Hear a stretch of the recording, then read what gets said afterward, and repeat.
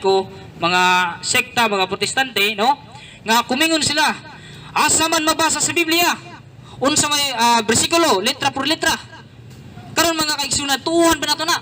Kumingon ta, asa mabasa sa Biblia? Sa kung pangutan ng buganaw, asa man po nagikan ng Biblia? No?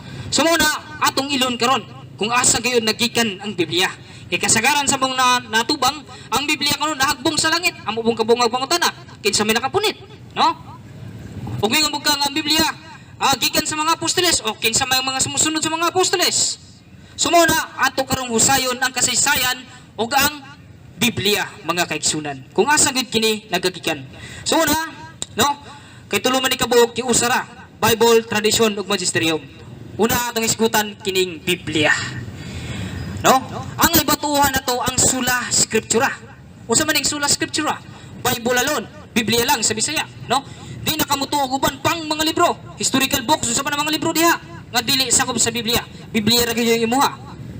So ang ibanantuhan, no? Sula scriptura. Ang ibanantuhan, ang tubag mga kaigsunan dili. Anuman?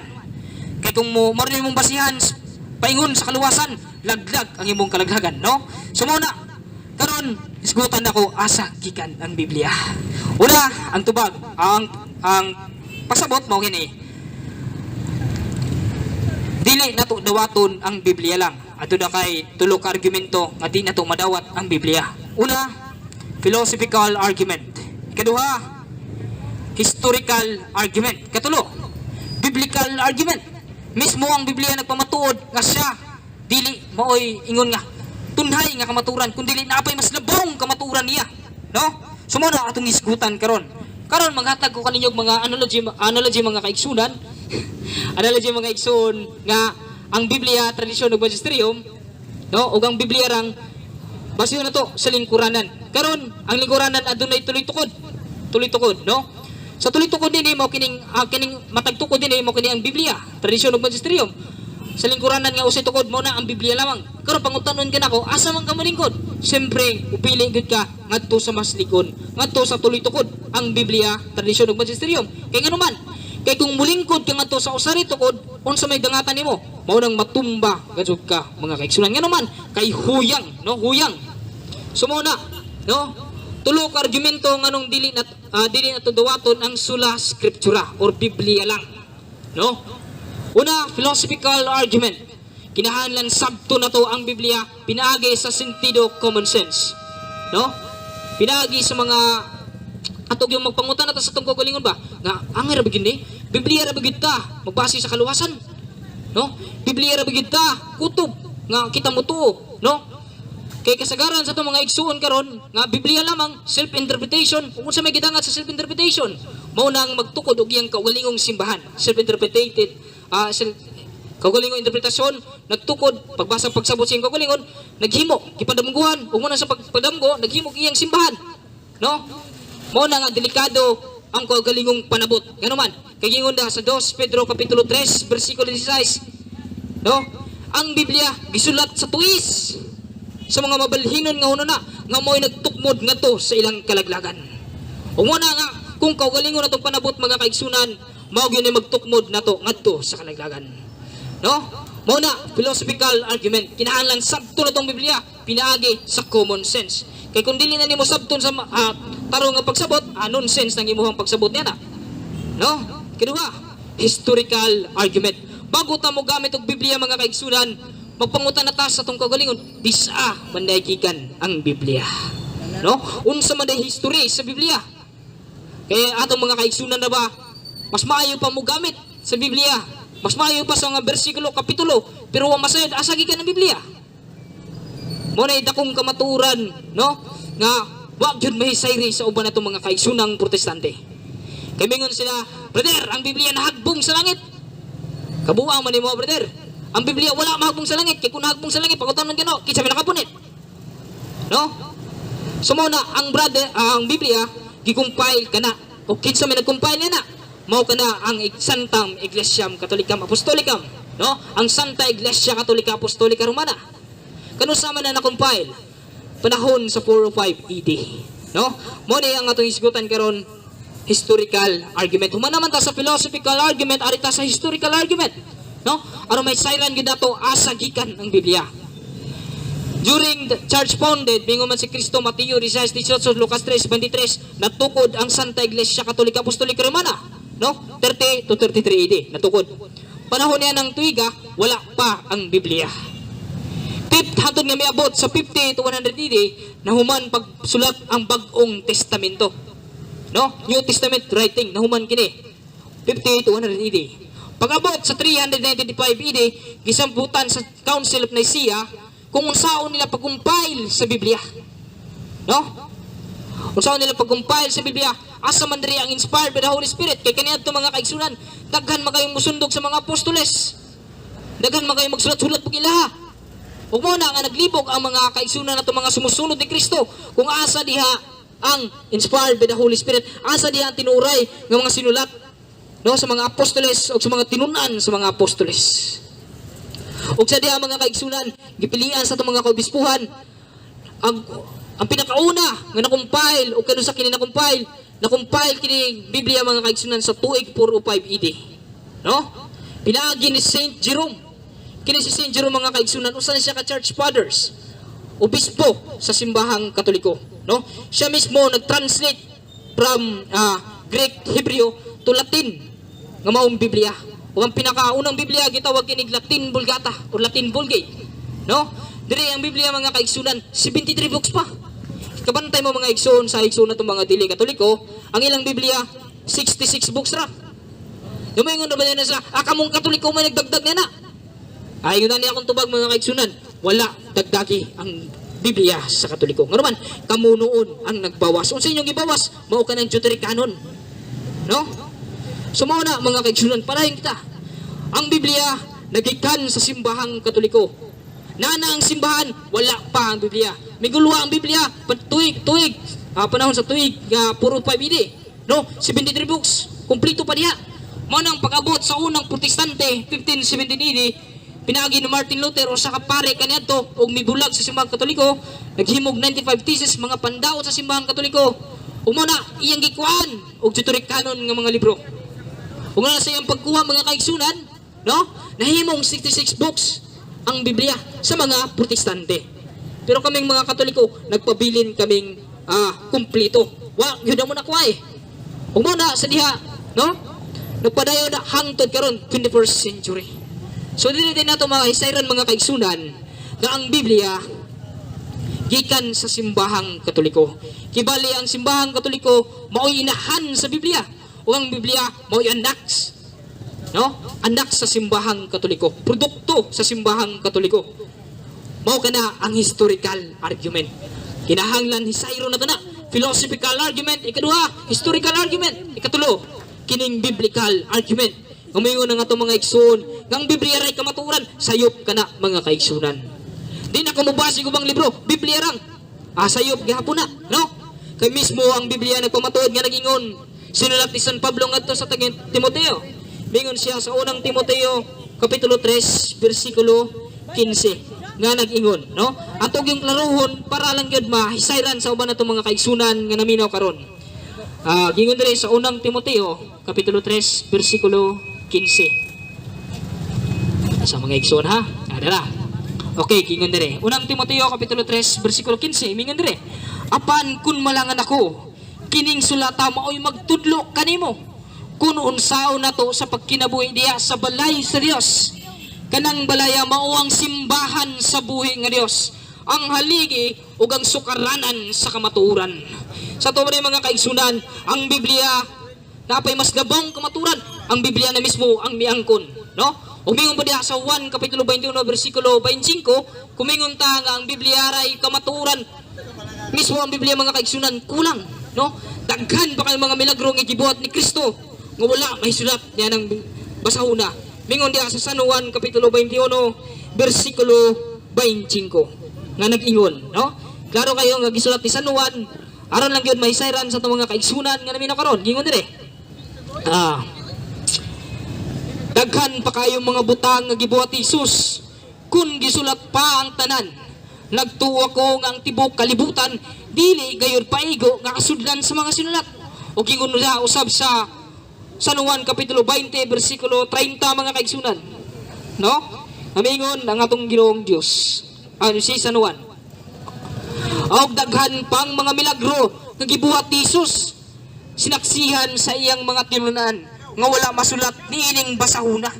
So klaro dahil kini mga kaigsunan, kumingon ta nga Biblia lamang ang atong kamaturan, ang atong tuuhan sayop kana nga pagtuo, no? Kaya nga naman, naaman tayagian katong philosophical argument, historical argument, ug ang biblical argument. Mismo ang Biblia nga nagpamatuod nga naapay day mas labawng kamaturan diha kaniya. Sumao gyud kana nga kinahanglan magtuon gyud kita history, no? Kinahanglan tunan gyud nato asa gikan ang Biblia. Kaya ang kamaturan daw may padayag kanato ngadto sa kalayaan, no? Sumao kana atong sabton nga dili lang ta mobasi nga Biblia lamang, sula scriptura. Kay mga naman, kailangan sa gingon kaganina sa gingon da sa 2 Pedro kapitulo 3 bersikulo 16 nga nag-ingon dire mga kaigsunan aron malang gyud nga may sayran sa mga naminaw karon mingon dire ang Ginoo. Mingon si San Pedro, no? Sa pagsulat ko nining 16, sorry mga kaigsunan, kapitulo 3, 2 Pedro kapitulo 3 bersikulo 16 nga nag-ingon, kining mga butanga iyang gisgutan sa tanan niyang mga sulat. May mga butang nga lisod sabton sa iyang mga sulat. Gituis kini sa mga walay alamag ug sa mga mabalhinon sama sa ilang gihimo sa ubang bahin sa kasulatan ug sa ingon nagtukmod sa ilang kagalingon ngadto sa kalaglagan. Sumaw ka na mga kaigsunan, self-interpretation leads to damnation. Kinahanglan atong sabto ng Biblia pinaagi sa magisterium. Nga naman, kinaamay mga apostolic succession o kaning apostolic succession sa mga tinunan sa mga apostoles nagpasapasa hangtod karon mao kanang tradisyon. Unsang man day kining tradisyon mga kaigsunan, human naman ta sa Biblia, no? Ari na budta sa tradisyon. Igsuon kini ni Kristo. Unsa may nasabtan nato sa tradisyon? No? Taas-taas pa niya bro. Murag taas-taas siya. Ato lang mubon-mubon gamay siguro. No? Kausan na kamang utana. So ang pulong tradisyon mga kaigsunan mo din yung pagpasapasa. Ug gusto man na ipasa, mao ang mga kaalam kaniadto, no? Pag walay tradisyon, walay ipasahan. Unsa man ang mga klase sa tradisyon, mao kaning written tradition, oral tradition ug ang pagan tradition. Ang naa sa simbahang Katoliko mga kaigsunan, no? Mao kining written tradition ug ang oral tradition. Una, gingon sa 2 Tesalonica 2:15. Kinahanglan dungon ninyo kini pinaagi sa wali o sulat, no? Ug sulat. Meaning sa wali atong mga nadungog mao kanay oral tradition. Ikaduha, ang written tradition. Unsa man ang written tradition? Mao kini ang pulong sa Dios, ang Biblia, no? So ang tradition day mo ang pagpasa-pasa sa maong kamaturan, pagpasa-pasa sa Biblia, no? Yan diha pod mga kaigsunan, ari na buta sa magisterium.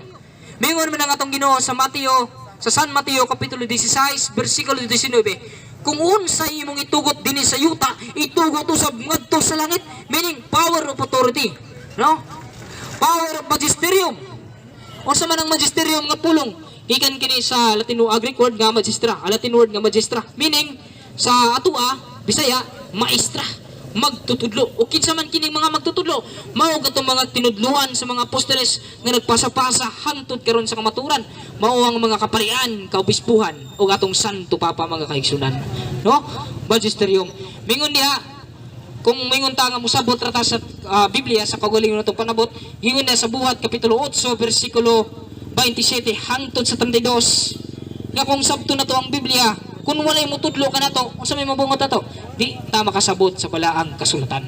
Sumaw ka na mga kaigsunon, kinahanglan tag magisterium aron kita makasabot sa balaang kasulatan. Ngano man, unang-una mao kini, kung naata sa eskwelahan, sige tagaan na ka na kog libro nga pare-parehara sa matag estudyante nako, matag usa. Karon pa-interpretasyon mo nako, pangutan mo nako, magkapareho ba ang ilang interpretasyon? Ang tubag dili gajud, magkalain-lain. Ug mao kana ang dangatan karon. Ngano man, tungod sa pagkalain-laing interpretasyon, daghan ang simbahan nang natukod noon, no? Tungod sa kauligang interpretasyon, miabot na ang simbahan og 44,128. Ug mao nang maglibog kadto ta kay ang uban magsikin ng kunayman nga sila ang tinuod kay base kuno sa Biblia. Kay Biblia ra kuno ang angay tuhan. Ang tubag mga kaigsunan sayop kana, no? So dili ta magdugay kay murag na taas man gamay. So ako lang putlo lang akong topic dire, taas pa man untan mga first semester ni nga humnon jud nato. So ari na buta sa pangutana. Daghang salamat mayong hapon kaning tanan. Murag ako naman gihapon, murag mabaylain. Okay. No?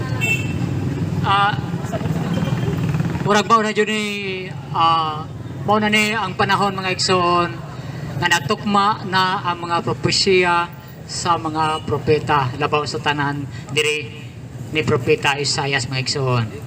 No?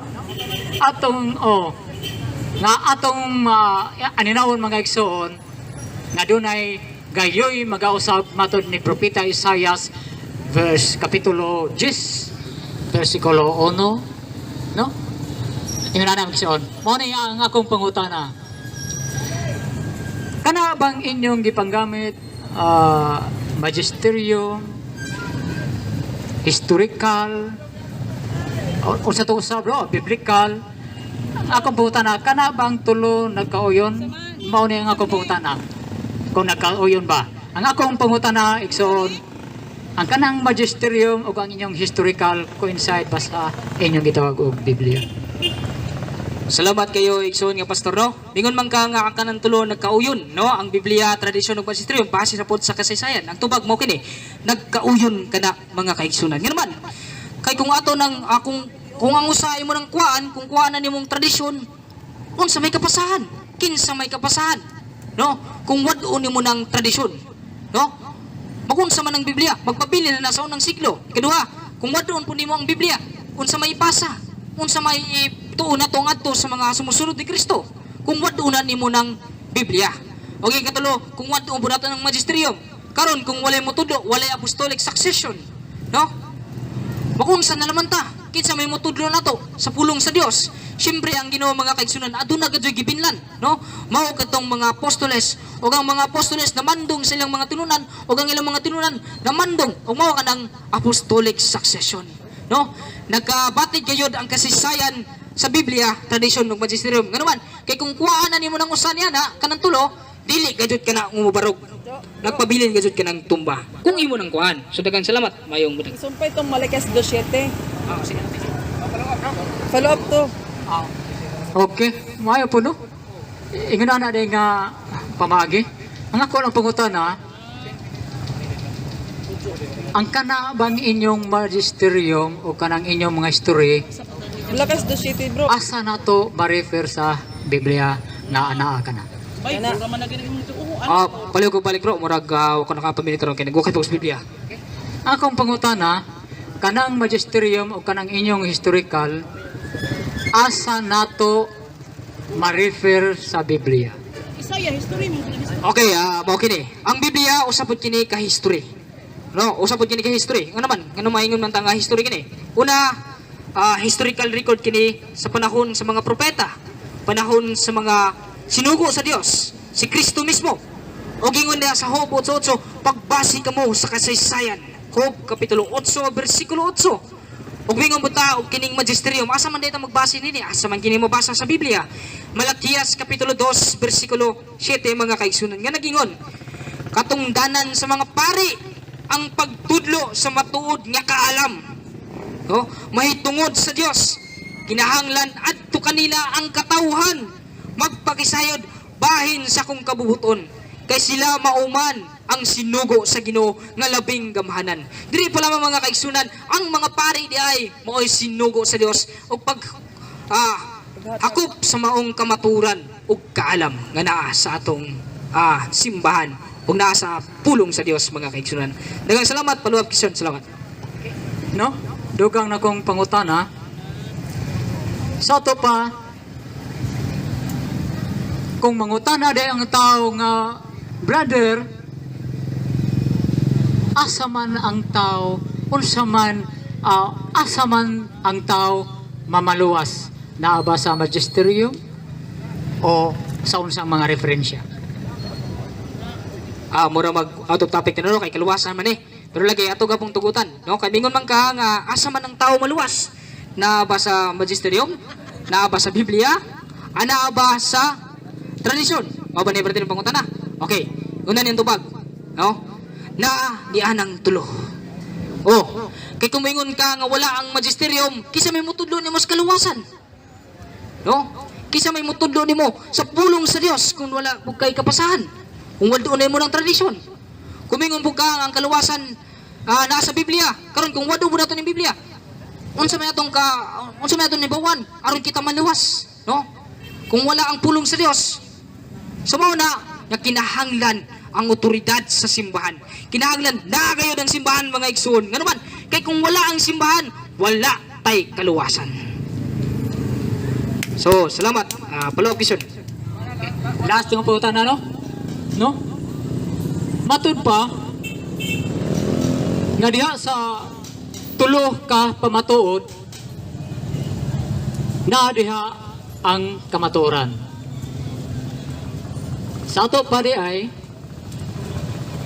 naggunad ang kaluwasan siguro kay kung ang mga tao iyang gisulti sa malakyas, no, nga ang mga pari adunay katungdanan sa pagpanudlo. Sa ato pa wa na di ay mukot ang mga pari sa Biblia, kundi ito ana dito sa mga ilang referensya nga ingno na to nga gipahimutang lamang sa mga tao og haron ilang